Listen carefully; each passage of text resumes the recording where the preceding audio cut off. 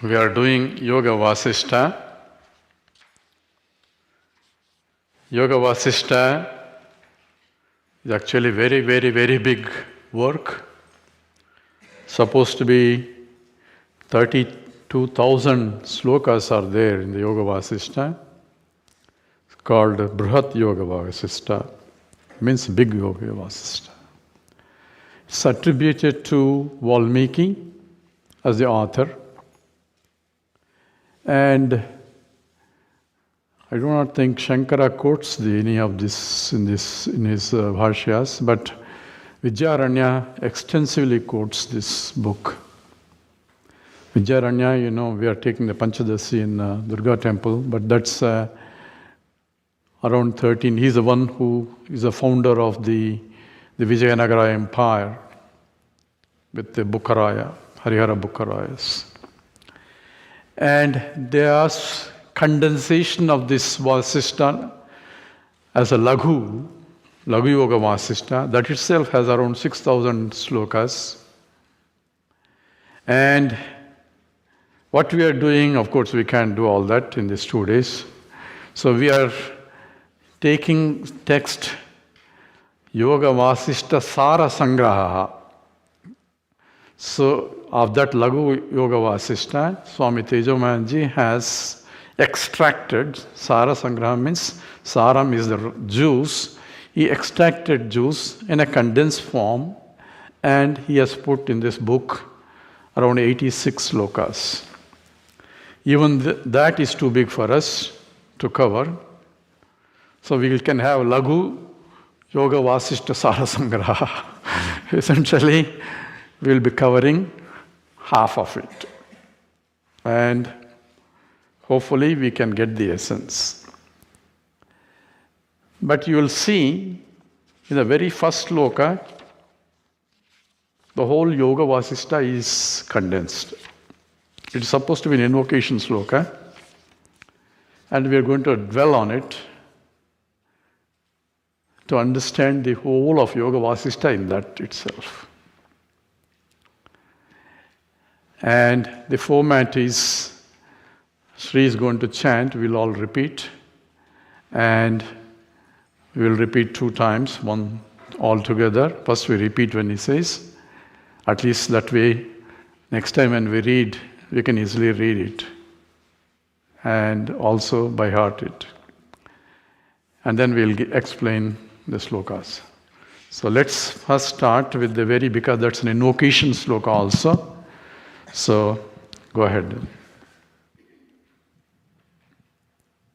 Yatas sarvani bhutani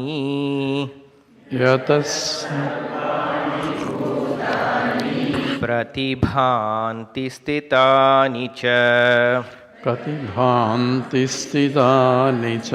yatraivopashamam yanti Yatraivopashamam yanti tasmai satyatmane namaha. Tasmai satyatmane namaha. Yatas sarvani bhutani pratibhanti stitani cha yatraivopashamam yanti Tasmai satyatmane namaha.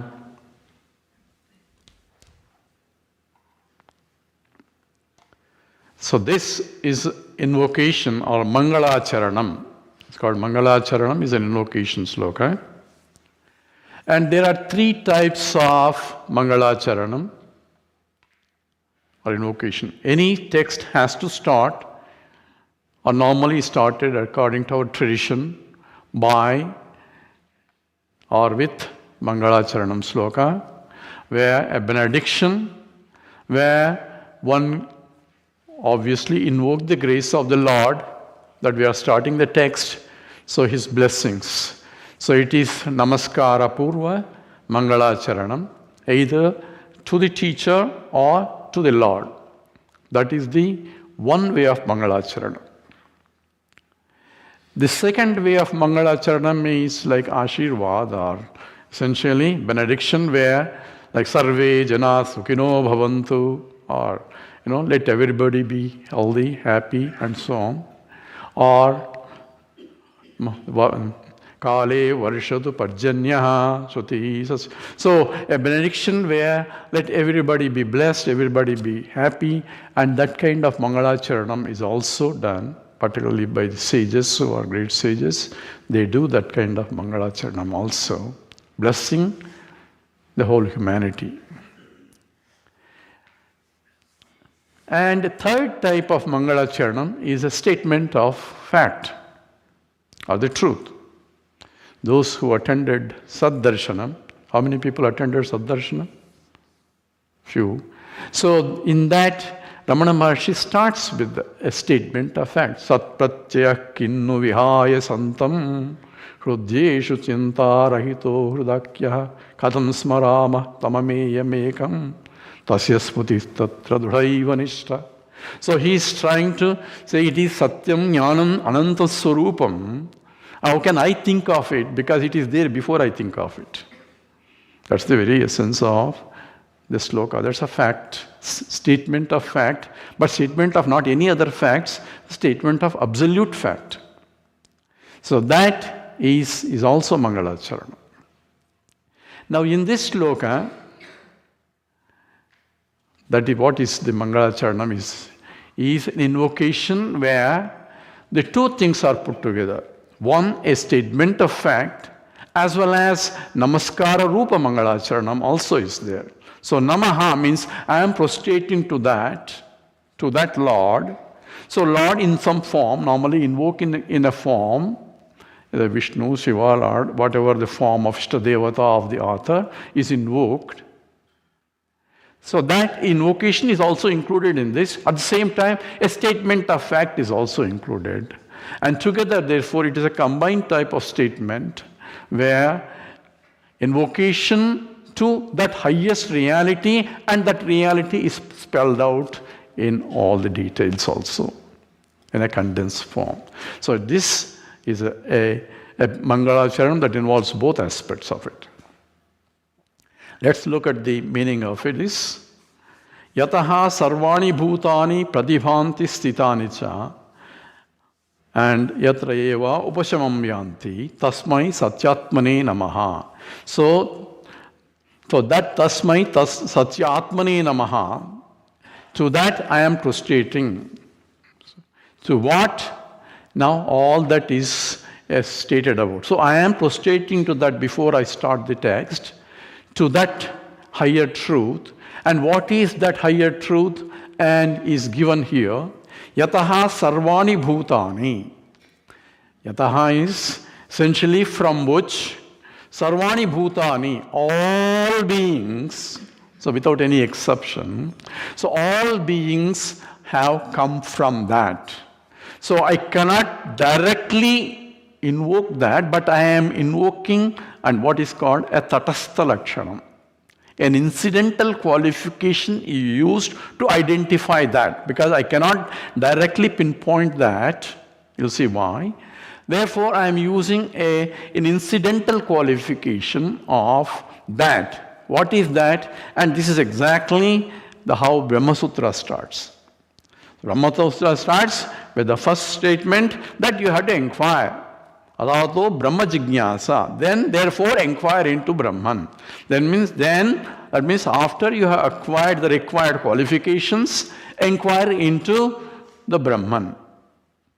So, what kind of Brahman I have to inquire? So, we have to give the details of what is that Brahman that I have to inquire. Is defined immediately, Janmadhyasya Yataha. So he is that Brahman. So Brahman is being defined as that which is cause for Janma Adi, means from which the whole universe came, by which it is sustained, into which it goes back. So that is the Brahman. So how do I know who is Brahman here? So Brahman is that because of whom the whole universe came, by whom it is sustained, and into which it goes back. So who says this? Upanishad says that. Says in the Taittiriya Upanishad, essentially, yatova imani bhutani jayante, ena jatani jivanti, yat prayam sabisham vishanti, tad vijnasasva, tad brahmeti. That is Brahman, from which yatova imani bhutani jayante. So essentially, here he is telling the same statement, yataha sarvani bhutani jayante, from which all beings are created. So Bhutani is both inclusive of all Panchabhutas to start with, as well as the beings also. So how Panchabhuta, that's how the creation starts in the same Taittiriya Upanishad. It starts as Tasmatva Tasmad Atman Akashasam Bhutaha Akashat Vayu Vayu Agnihi Agni Apa Abjat Prithvi. All those five, one by one, is starting from Atma. This. So I'm defining Brahman, and scripture himself switches into this is Atma. Atma means a self. So here, same switch is happening here. You will see. So what is that from which the whole universe came?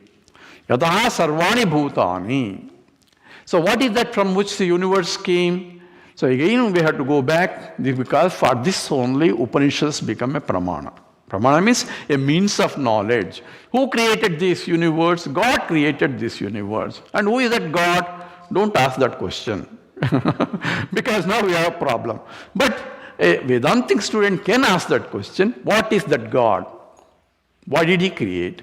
And where is that God? How did he create? All these things have to be asked by, or are allowed to be asked by a appropriate student who is qualified to ask. It says for him, the Upanishads teaches, says, Sadeva Saumya idamagramasit ekameva advitiyam.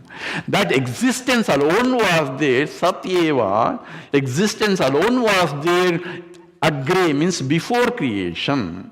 So existence alone was there before creation. That's what the statement in the Chandogya Upanishad that comes in the 6th chapter that we took in Sadvidya. These are available on the website. So existence was there before creation. So what happened to that existence? So Shankara says, look at the statement properly. Existence alone was there before creation. Now same existence now exists in different forms.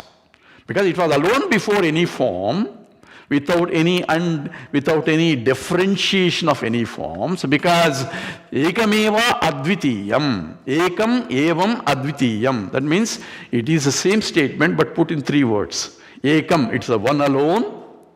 Ekam eva, it is alone. Advitiyam, it is non-dual. It is that kind of existence alone was there before. There is no names and forms for that. Existence is pure existence. Sat eva, existence alone was there. It is one without a second, but the scripture uses 3 words, ekam eva advitiyam. And these are defined as each one is sajati, vijati, swagata, beda, rahitam. That's what is ekameva advitiyam means. There are no sajati bedas, vijati bedas, or swagata bedas in that. Means there is no differentiation of sajati, vijati and swagata. Sajati means of the same species. So species means like chairs is one jati. So in the chairs there can be varieties of chairs. So that is called, the varieties or distinctions in the same jati is called sajati. So there are no distinctions of that kind. Vijati is, chairs are different from tables, tables are different from carpets, all are vijati. But even that kind of distinctions are not there, because it's only one. So if there are many, you can talk about distinctions. And swagata beda, even though it is one, there are no internal differences. In the same one, you can have like a big tree, I can have branches, I can have leaves, I can have flowers, they're all different. So there are no internal differences in the totality also. Why? Because it is infinite. Because there is no finiteness. Why is infinite? Because if existence is finite, then we ask the question, what is there on the other side of the existence? If other side exists, because we are asking what is there. So if something is there, that means other side of existence also exists. That means existence can only be infinite. There cannot be boundaries for the existence. That's what is called Purnam Idam. Idam means this whole thing is Purnam, is infinite. So that existence therefore is infinite. Infinite is not any specific, it's only not finite. That's all it means. Infinite is only I cannot say anything about it other than to say that it is not finite. So infinite cannot be defined. It's only defined in a negative way, but that it's not finite. So therefore, that infinite existence alone was there, and that infinity cannot have parts.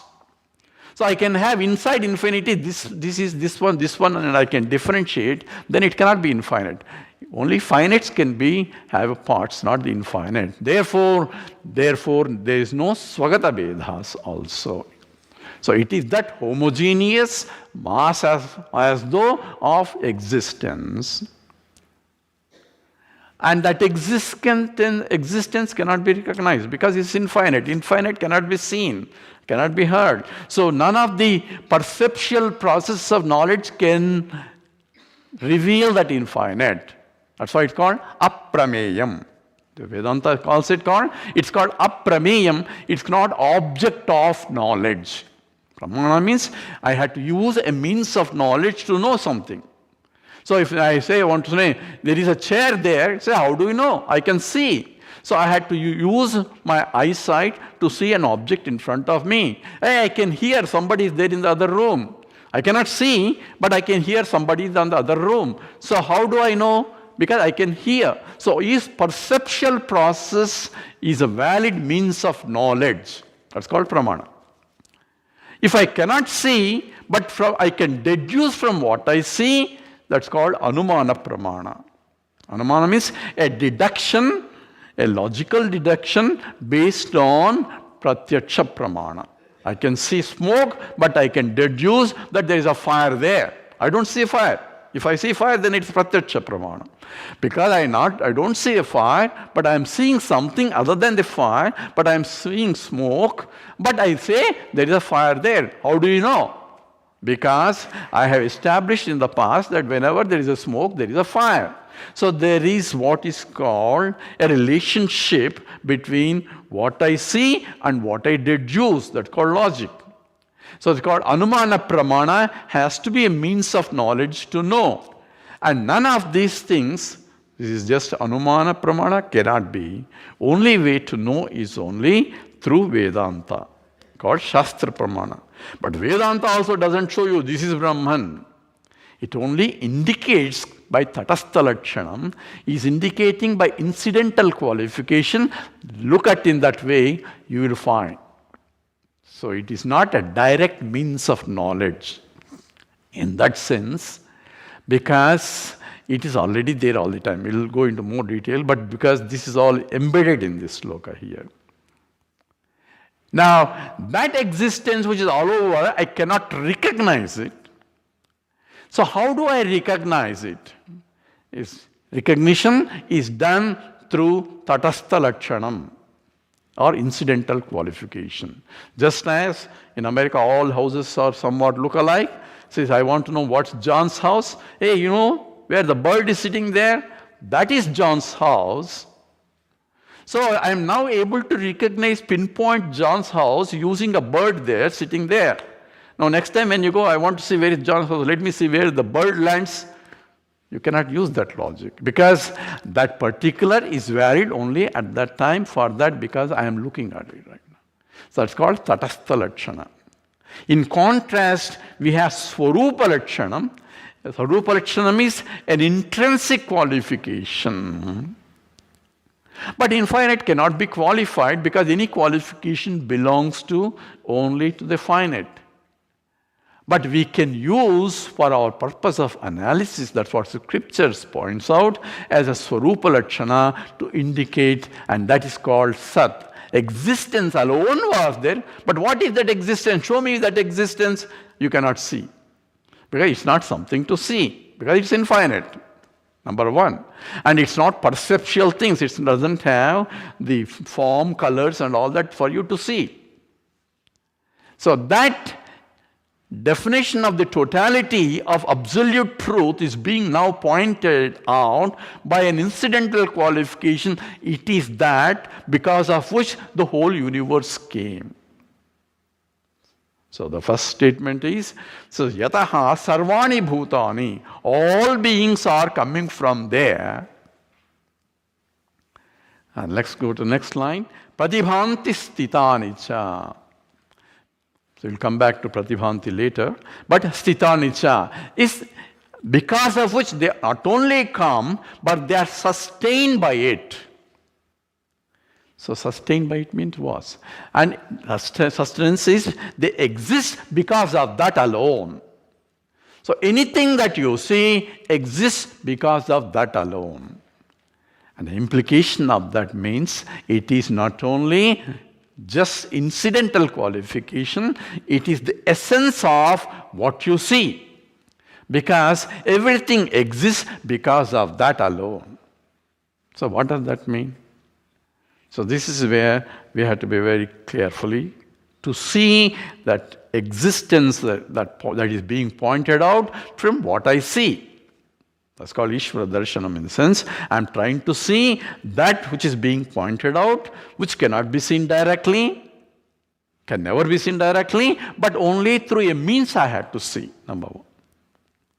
So how do I say means? Through anything that you see. Because sarvani bhutani, all beings and everything, beings not only, all Prithvi, Earth, all the Panchabhutas are also coming from that only. So that itself is becoming many because it is providing sthitani cha. Sthitani means it is providing the support for it. So what does it support really means? For that we have to go back to scriptures, what exactly scripture says. Because this has to be interpreted with Vedanta. So what does scripture says? Says essentially in the same Chandogya Upanishad, when they say existence was there before, and that existence saw and wanted to become many. It itself became many. So it itself became means sarvani bhutani says came from that only. Essentially what it first statement, yata sarvani bhutani, it itself became many. It didn't create from something else, but it created from itself. Why? Because that existence that was is infinite. There cannot be anything other than existence. So if there is a creation, it has to create from itself. It doesn't have any other way of doing it. That's what essentially yatha yathurnana visudate grunhate cha Vedanta talks about, just as the spider puts forth the net. Just as, how does the net came out? It came from itself. It is not creating from outside. We didn't go to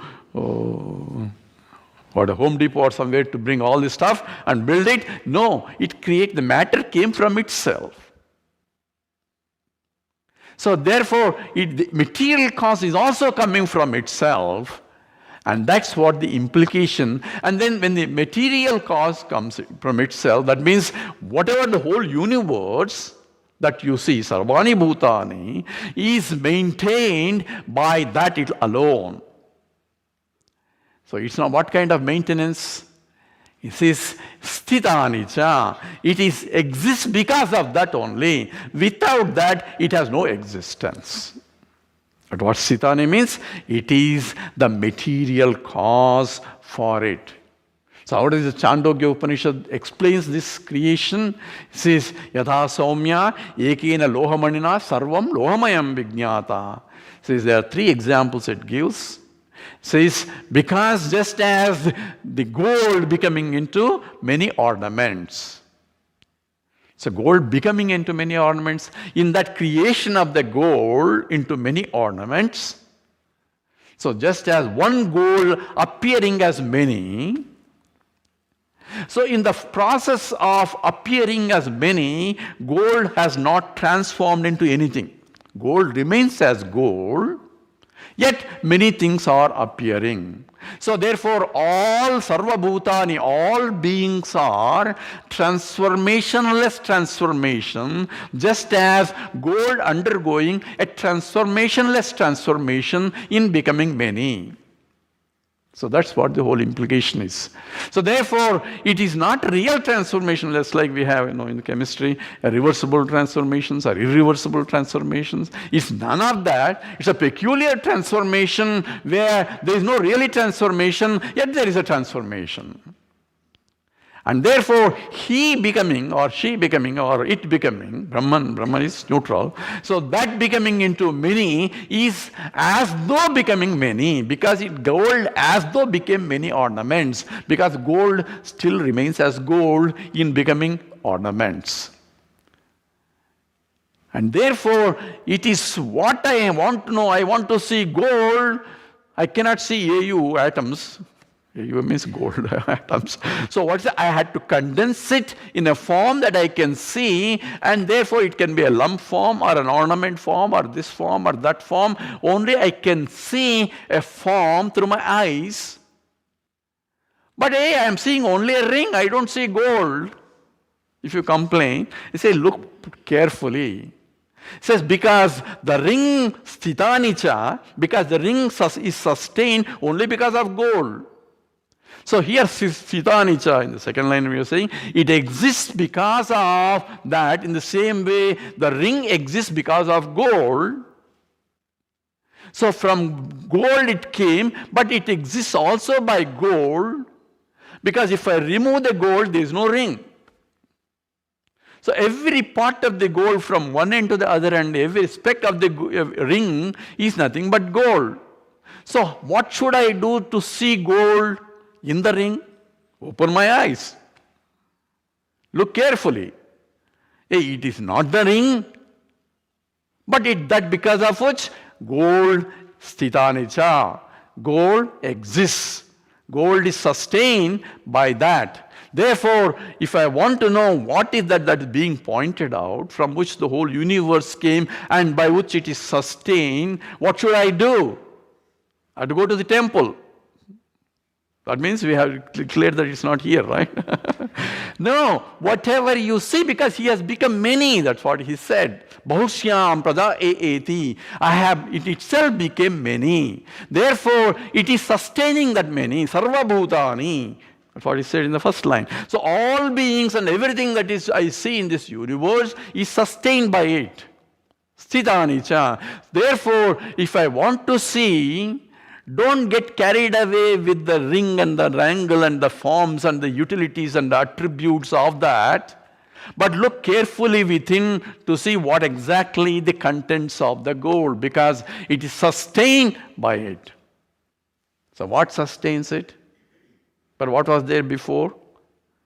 Sadeva saumya idamagram asit.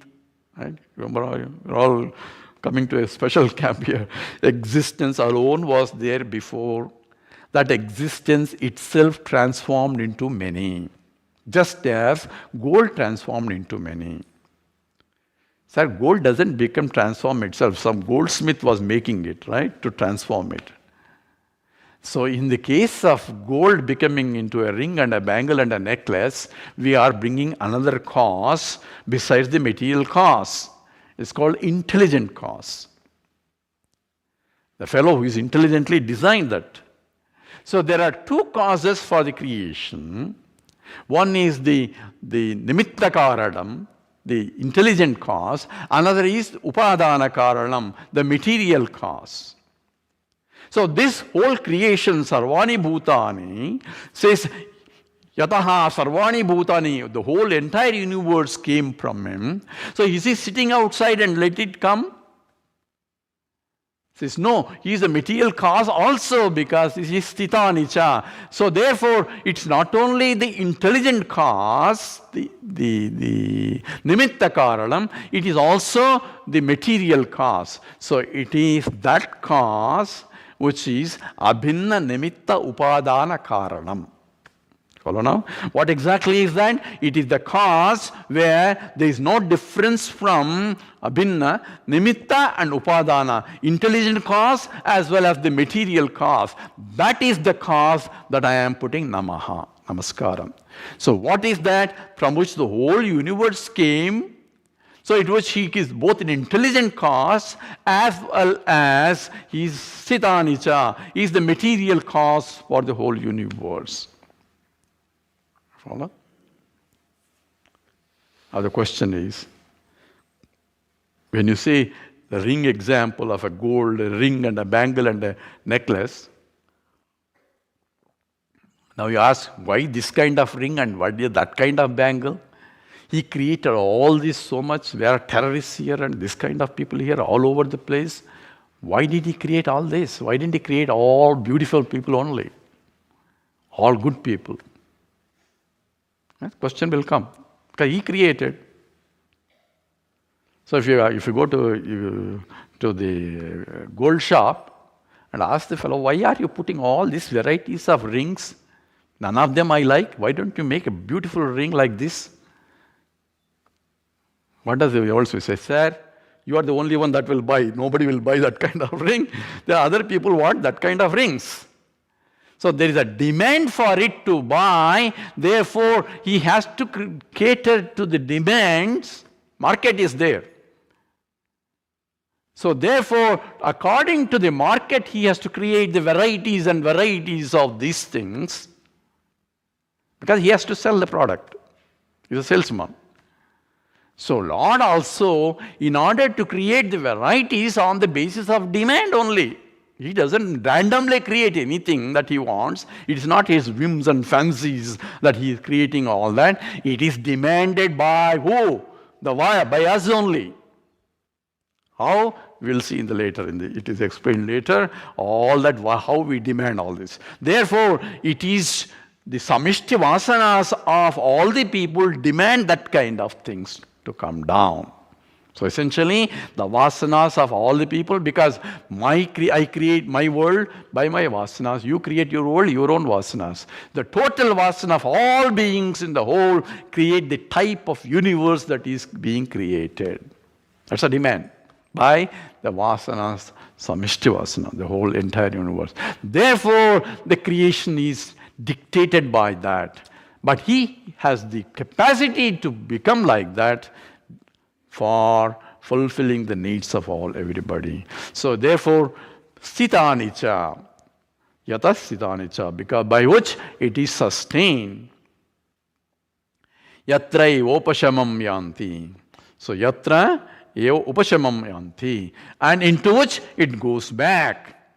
So not only it creates, but also it absorbs back into it. So if I put ring again, melt it back, it become back into the gold. And it can again become variety. So I don't like all these new ornaments. Fashion has changed. So the goldsmith can melt all that and make new things also. So that capacity is there for him. In the same way, here he is upashamam nanti. Not only he is the creator, he is the destroyer also. Destroyer means he takes it back into it. And tasmai satyatmani namaha.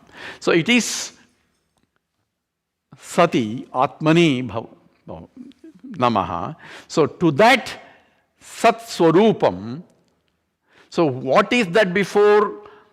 In Chandogya it states existence was there upon.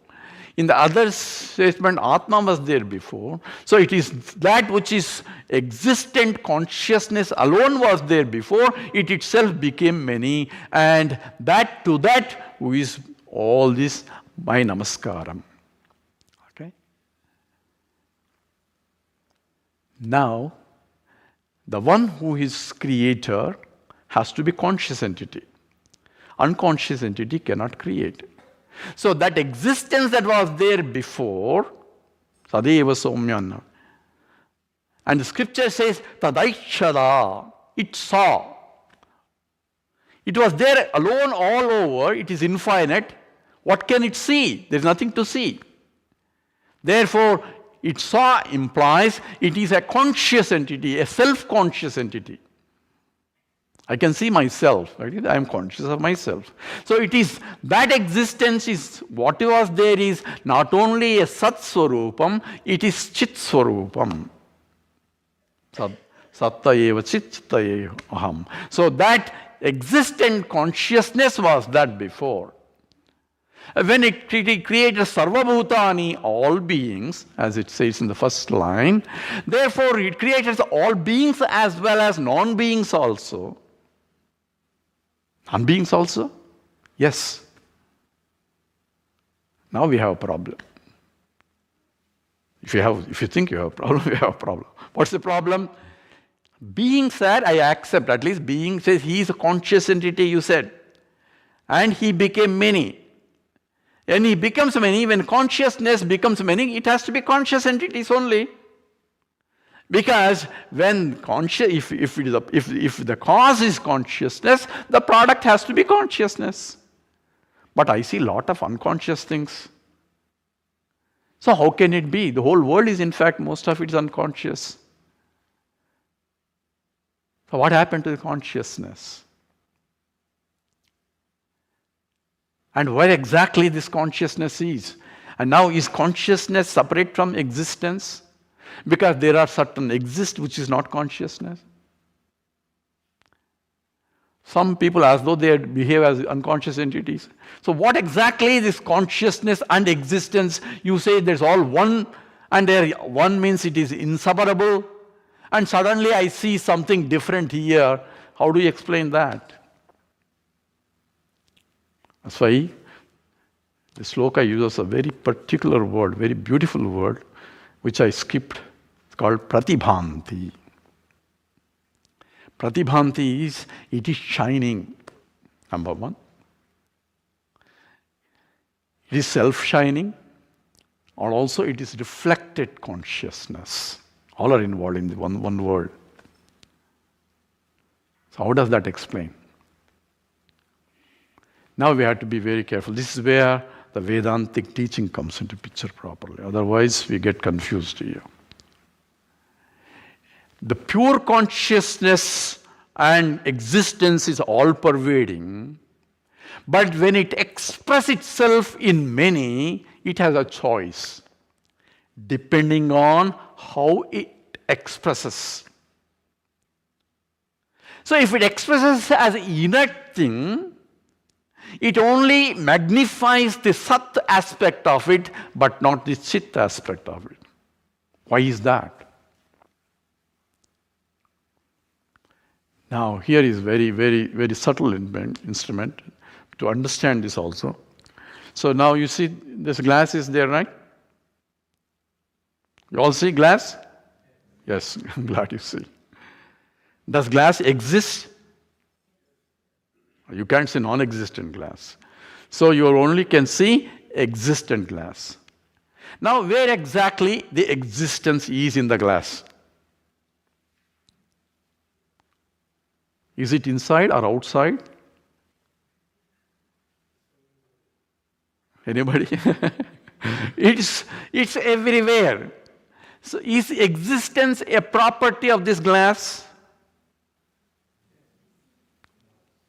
Why not?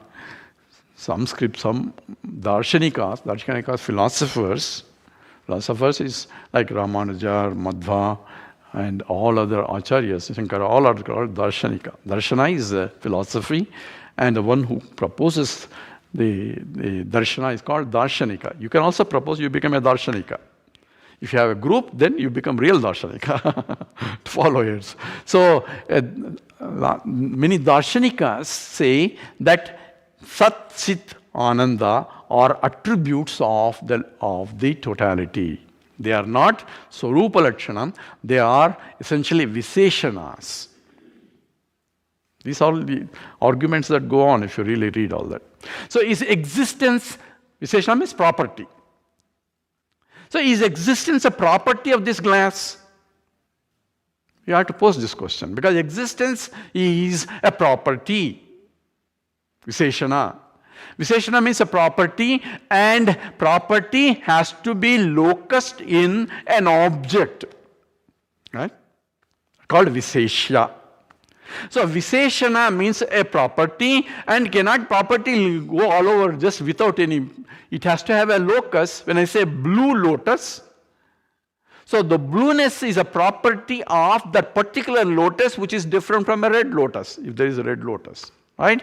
Red lotus is a property of that red lotus which is different from the property of this blue lotus. So the blueness has to reside with the lotus. So Viseshana Viseshyam, the quality and the locus for that quality has to be together. At the same time, they should be different. This is a logical, this is called the Nyaya. Nyaya means Indian logic. The old Nyaya started long ago. And Navya Nyaya is a new logic started in 11th century. That's called Navya Nyaya. Very mind-boggling arguments. So essentially it says if existence is a property, if it's said, then there has to be a locus which is different from existence. Follow the argument here? If existence is a property of anything, if blueness is a property, then it has to be locused in the lotus, for example. Then lotus, intrinsic locus is different from blueness. It can fade away that blueness and still remain as a lotus. So lotus can be without blueness. Blue lotus has to be blue. But lotus can be red lotus also, where blueness is not there. So therefore, the property has to reside in something other than itself. Follow what the implication is? Now if I say existence is a property and it has to be locused in some object, that object should be different from the Viseshana, the attribute. Now what can be different from existence? Only non-existence can be different from existence. Because anything else you have to say it exists. It has to have existence. So only non-existence can be different from existence, which implication is non-existence is a property that has existence as its property. Which doesn't make it a contradiction. Therefore, existence cannot be a property or a product or a property or product or any of that part of it. So when I say the glass exists, existence is all over the. If all over, then if I remove that part, then that all over will not be there. So for it to exist, existence has to be there. Is existence only in the glass? But outside, I don't see glass, but I see space, right? But space exists. So existence is there outside the glass, existence is there in the glass. In the glass is not somewhere in, it is all over the glass also, it's all over the space also. So is the difference between the existence in the glass and the existence in the space? Because each, if you say a property, if it is, now you follow, existence cannot be divided. Existence has to be all-pervading. It can exist in different forms. So it's different from gold. Gold is only an example, illustration. Don't get carried away with illustration to extend beyond its applicability.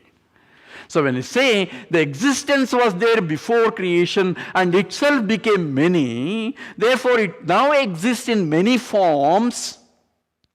Now in the form of the tumbler, I can change the tumbler into, beat it up into, make it into a pulp, then exist in that form.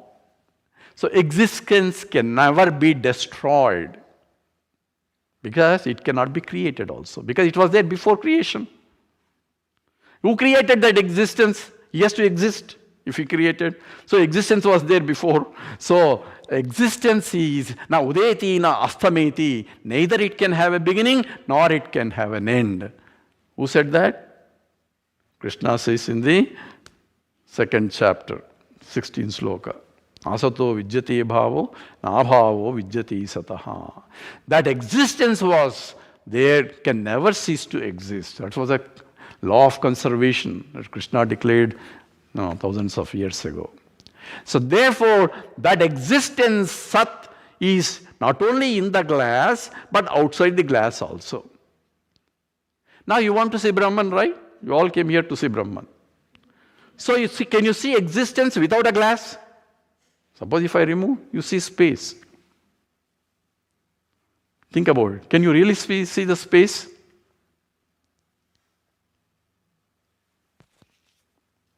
So we say we can see the space. Space itself we cannot see. Why? Because what you say, space is defined as the gap between 2 points that you can simultaneously see. That's a space. Time is gap between 2 sequential events, whereas space is 2 simultaneous events. The gap between the 2 simultaneous events. That defines the space. So I need 2 things to define a space. Then I can deduce there is a space between it. Follow? Because between you and me, there is a gap, and therefore they are seeing 2 points, and you can say there is a space in between. So space has to be deduced by the mind, but space itself is in existence, because space exists. So existence is not a part, is not a property or a product of any object. It exists whether the objects exist or not, because it was there before, it will be there afterwards also. Products come and products go. The objects come and objects go. Existence never comes and goes. Is it clear now? Now I want to see Brahman. So everybody wants to know Brahman, right? How am I going to see Brahman? Because I cannot see. Okay, I want to know Brahman. How am I going to know Brahman? Because these are asked, do you know Brahman? How do you know? I can only know Brahman just as you can only know existence through the glass. If I remove the glass, you cannot see the existence there. Because space itself you cannot see. Now, implication is, I need to have an object to define the existence now, or to recognize the existence. Follow now? So very important, because we are all looking for gods and looking for, I want to realize and all that. What exactly realization means is to be understood clearly. It's not something that I'm going to become something, not there will be a hollow here. All that, because it is seeing in and through what I see, that truth also. The truth also. I see glass, I utilize the glass. If it is a bad glass, I have to wash it. All those things will go on, but still it exists. Remember that? So, looking at or recognizing the Lord is in and through forms only. There is no other way. I'm going to do meditation. What am I going to do meditation? To see the Lord. Where? Follow that. Now what meditation has to be understood now. In and through, because here the very first statement says, Yata Sarvani Bhutani, he himself became many already, so you cannot go look for him anywhere. Number 1. And he's Titanicha, he's there in everything that you see as sustaining everything. Therefore, I have to see him only here, not anywhere. I cannot see directly that existence that was there, but I can only see and infer and understand that existence in and through with the forms only. You follow now? Ishvara Darshanam is understanding Ishvara Swarupam. Clear understanding of that. What will happen? Nothing will happen. It is the same thing will be there. But yet, I should have a vision of this reality as the background. Now, we didn't go into the word pratibhanti. I remember that. So that's why I said the whole sloka is Vedanta is packed in this sloka. If you understand it, Yoga Vasistha camp is over, but I'm not going to tell that. Because it says pratibhanti. It says it is reflected existence or reflected consciousness. Here it's consciousness. Now, please follow me now a little bit. Consciousness is all over in the beginning, and it cannot really become anything. Even though scripture says, let me become many, and it became many. All that statements are statements for the guy who wants to know how this came. If you really ask consciousness existence, if you have an interview with that, if you can have an interview, and ask, why did you become like this many? It will laugh at you, say, I never became any. Because, not only logically, or factually also. Just as going to a gold and asking gold, why did you become a ring? Why did you become a bangle? Why did you become a bracelet? Gold will laugh at us and says, I have never become a bing and a bangle and a necklace. I am just gold. I was gold. I am gold. I shall be gold. I never became anything. I remain as gold. You unnecessarily call in this form as a ring, in that form as a bangle, in that form as a bracelet. That is your problem, not my problem. You are giving a names for forms, forgetting that I am gold. That's why you call it what? You call it golden ring, right? Golden has become an adjective for the ring. Ring is a noun, substantive. Substantive means noun. So unfortunately, you made the form as a noun, forgetting the essence is as an adjective for it. But actually it should be ringly gold. It is gold. It's gold, ringly gold, bangly gold, all it's gold. Now, apply this to here. What is this? What was there before? Existence alone was there before. It became glass now. In the form of God. Now it is glassy existence, right? So essentially, all forms are attributes for really to that existence itself. Why glass? It exists in the form of a glass? Because I want to drink water. I cannot drink otherwise. I need a convenient form. Utility is there for the glass. If it is a lump of stainless steel, I cannot drink water from it.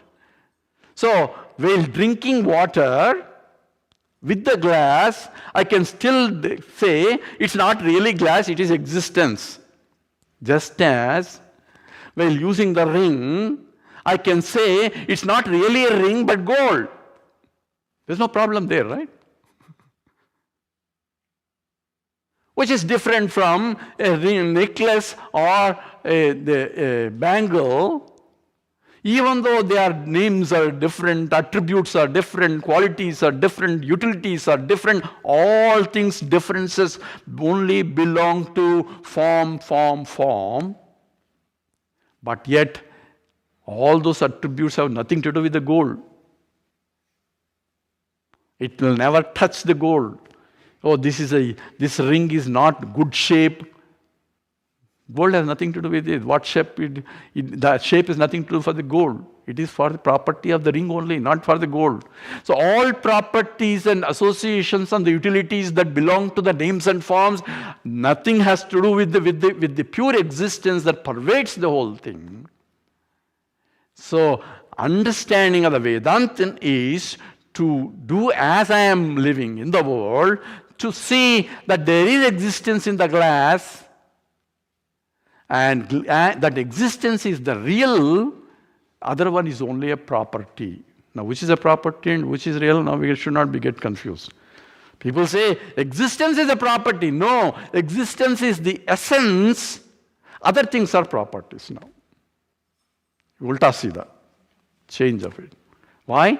The statement says, Yada sarvani bhutani and sthitani cha, it exists also because of that and goes back into it, and it's pratibhanti. That's what we are looking at, right? Pratibhanti statement. The pratibhanti means it shines or it reflects. Pure consciousness is all over, so from its point it has not become anything. And also, I have in the scripture says the one jnani becomes Brahman. Knower of jnani becomes a Brahman. That's what scripture says. Brahman means infinite. So how somebody can become infinite? A finite cannot become infinite. Right? That's mathematically illogical. But it has to be already infinite to become infinite. So what is there? Infinite is already infinite. What is there to become? It means it understood that I am already infinite. Follow the problem?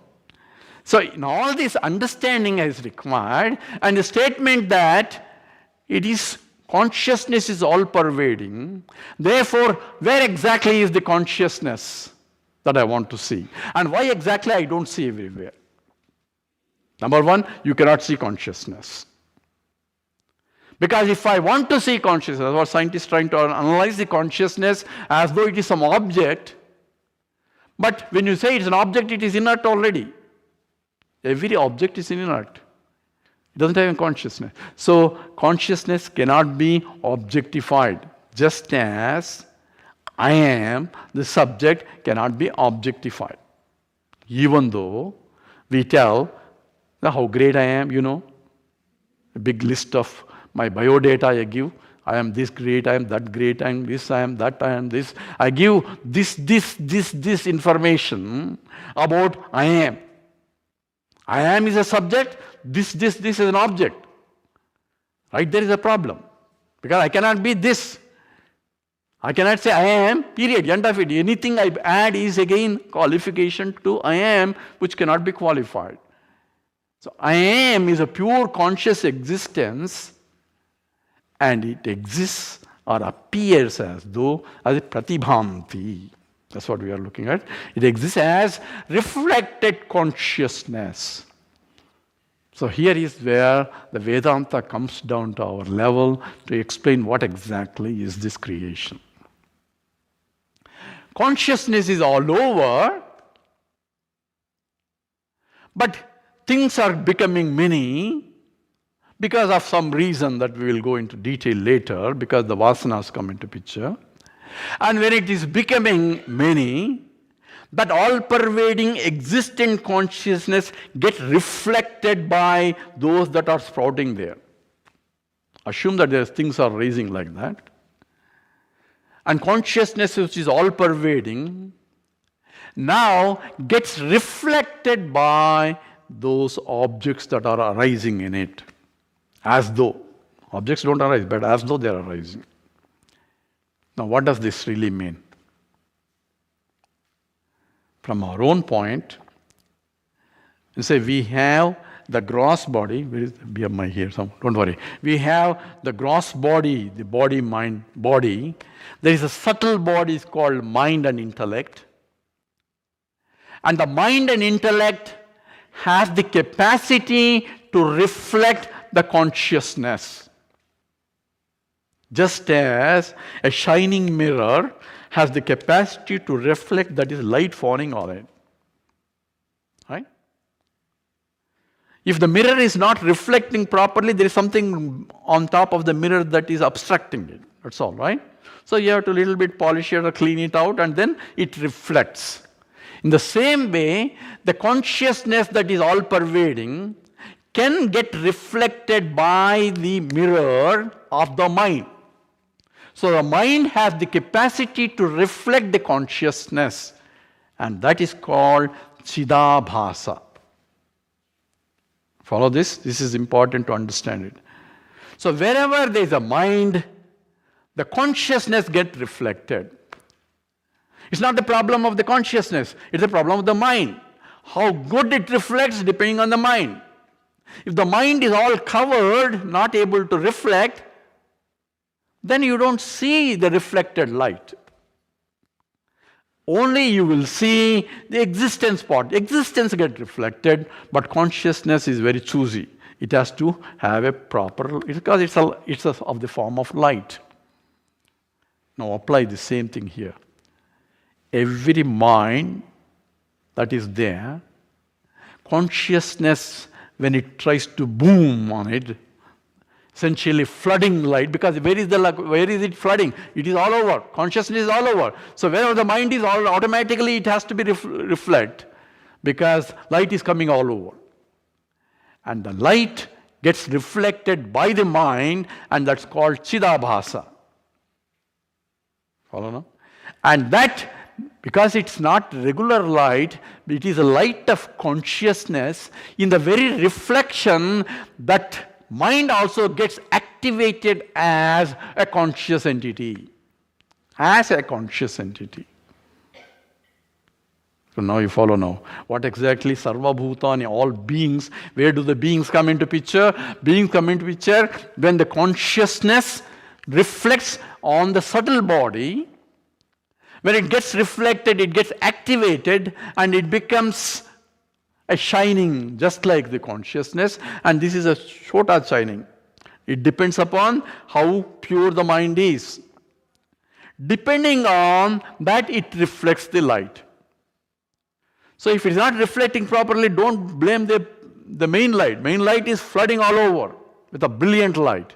But this is pratibhanti. It only reflects based on the quality of the mirror. Follow now? Now, we're all conscious entities. I am different, you are different, he is different, because the minds that are getting reflecting are different. It's called bimba pratibimba pada. So wherever there is a subtle body, it reflects. That's the nature of the consciousness, that it can reflect in a subtle body. And the reflection ripples down from buddhi to mind to the rest of the body, so the body also becomes active. So in the meditation sloka we said, says, Aham Vaishwanaro Bhutva Praniyam Deham Asritaha. I am as a Vaishwanara. What is that Vaishwanara? It is that reflecting consciousness dribbling through whole body and activating otherwise inert material into such a dynamic presence. Now you apply what exactly the beauty of that consciousness is. It's not simple. We say, oh, that consciousness is there because it is now expressing itself in a very object as very conscious entity, as the being. Life itself is expressed there. Follow? I am alive. I am able to lift my hand. I am able to talk. I am able to hear. I am able to see because I am a conscious. Unconscious entity cannot do that.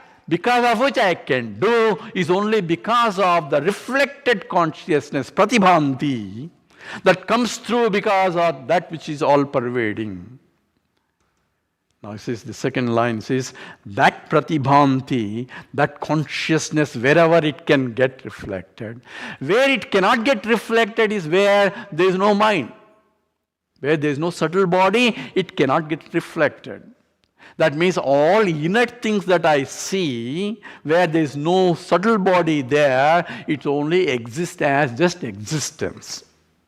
Whereas in the bodies that have subtle body, then it can exist as a life principle also. So anything alive, including plants, there is a subtle body. Follow now? When this subtle body leaves this gross body, that's what we call a death.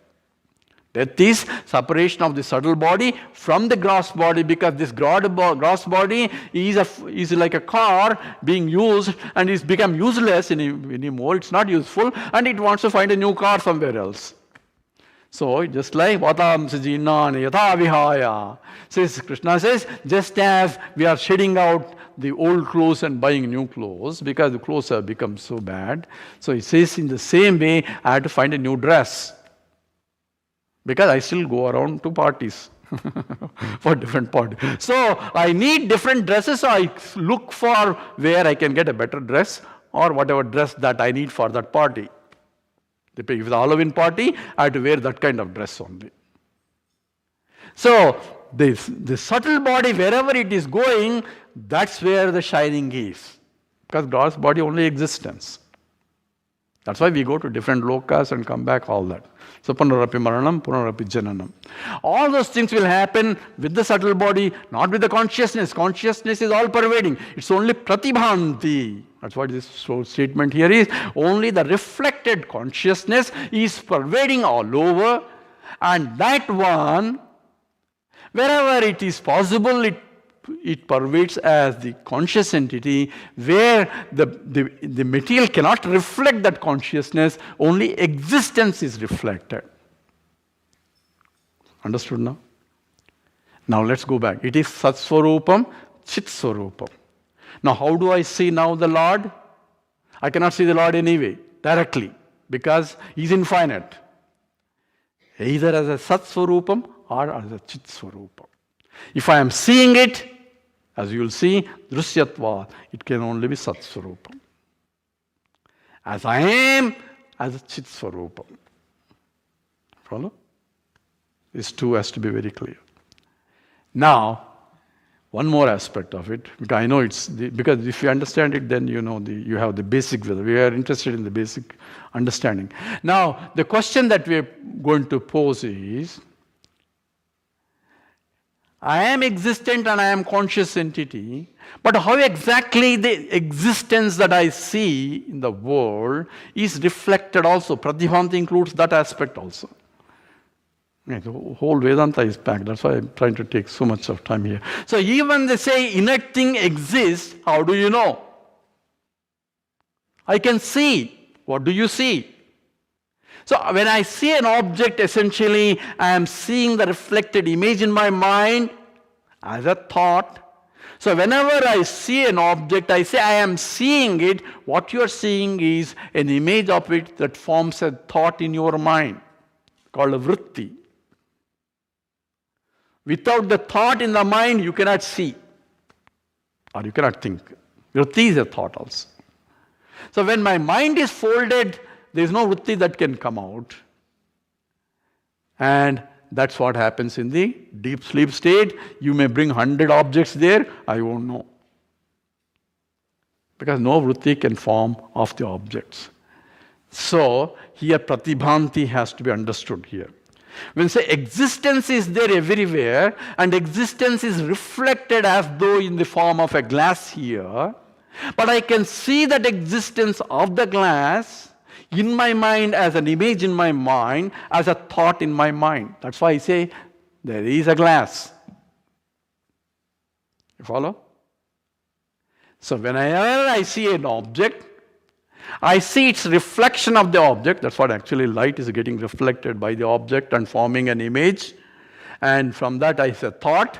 And my consciousness, the subject, has to join with the existence of the thought, which is existence of the object, to form. So Sat and Chit are joined together for me to have, or for me to be conscious of the existence of the object there. Follow now? So how he is getting united in the pratibhanti.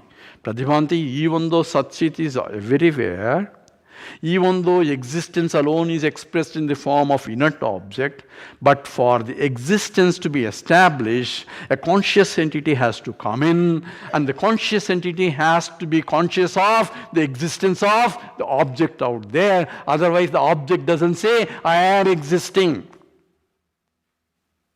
Follow the problem. So in every perception, two things is going to happen. One is I am a conscious entity, the knower, and this is known, this exists. So existence established in this form, consciousness that I am, have to join together. The consciousness, the Chit, and the existence, both are reflected. Pratibhanti, remember, reflected consciousness that I am, reflected existence as this is, to become one, to be reflected conscious of the existence of the object everywhere.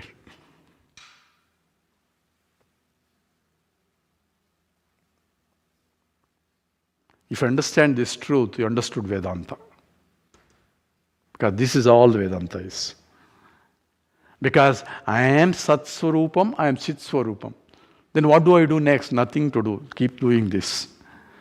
Because when I do next, it means I am giving more and more reality to the outside.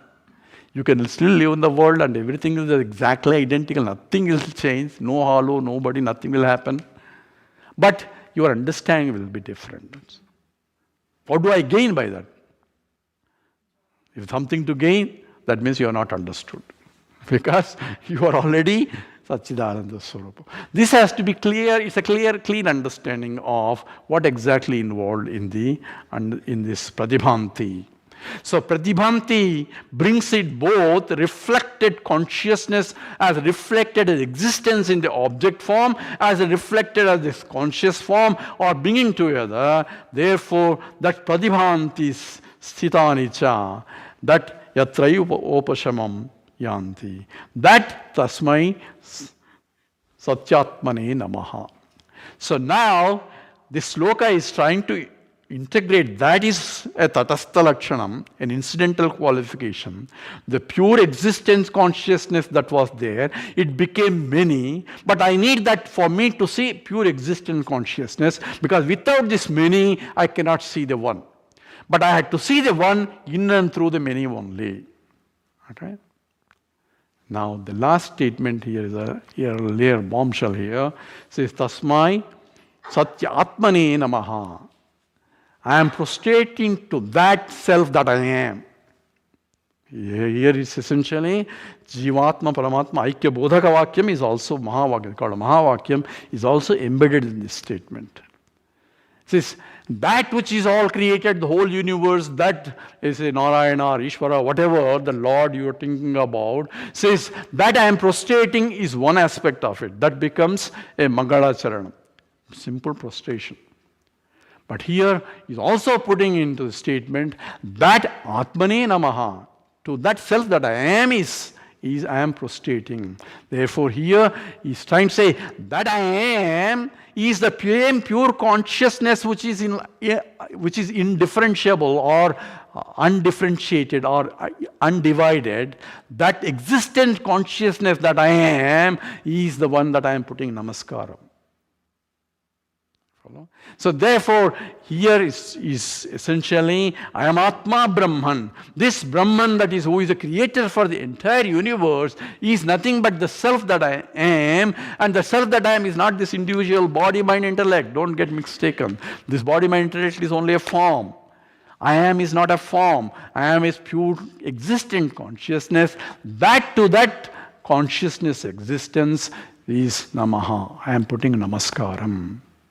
So this Namaskaram is, I am going to start a text, Vedanta, the Yoga Vasistha, and for blessing itself, I am prostrating to that which is of the nature of the Creator, who has created everything, who sustained everything, and who annihilates everything, and that who is reflected everything in all forms and names, and at the same time as a conscious entity, as a beings also. To that, Tasmai Namaha. To that, I am prostrating to that. So with that, we essentially covered invocation sloka. Okay? But the whole Vedanta. And the rest of the text will follow smoothly, because once you understand it, then it's an application of that here. We'll stop here at 10:20 because we continue after meditation. So we'll come back at our 10:40. Is it ready, right? Well, at 10:40 we'll be back on shop. Okay. There'll be a tea break now.